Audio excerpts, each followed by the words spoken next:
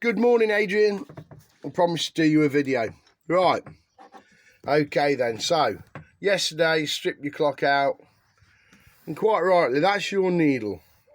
Now, see that one there? That has a brass insert. You see the little brass pin in the middle with the hole in it?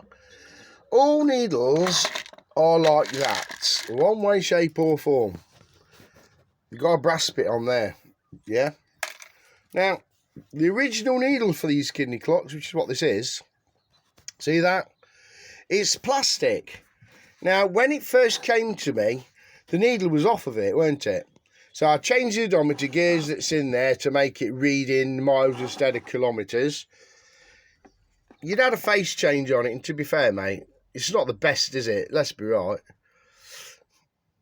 Fugly. Anyway, that's not what my job was for it. So, all right. Now, what I found when I put this back on the last time, when you put it on the shaft, on the pin bit there, because it's plastic, it actually turns. So, what happens over a period of time, this bit at the back here, that's joined to that pin. So, once the needle's on it, excuse me a minute while I put it on momentarily. Bear with me. I'm trying to do it all one-handed, mate. It's hard work. So, right, there's your needle, look. You move the thing at the back. Yeah. And that's what happens. Right. When that needle hits the stop there, the shaft keeps turning. And basically, it doesn't register. And eventually, it pops off. Because it's plastic. Fitting onto a metal pin, it doesn't work. And obviously now, because of the age of the thing, it's worse. Now, the last time I glued it on, I did test it before I packaged it up. I can only assume that the glue hadn't fully dried off. So by the time you got it, the back face of that bit, yeah, that back face bit, I can only assume had glued itself to the brass bit. So it wouldn't turn. Okay. So what I did was I shortened that stub a tiniest amount.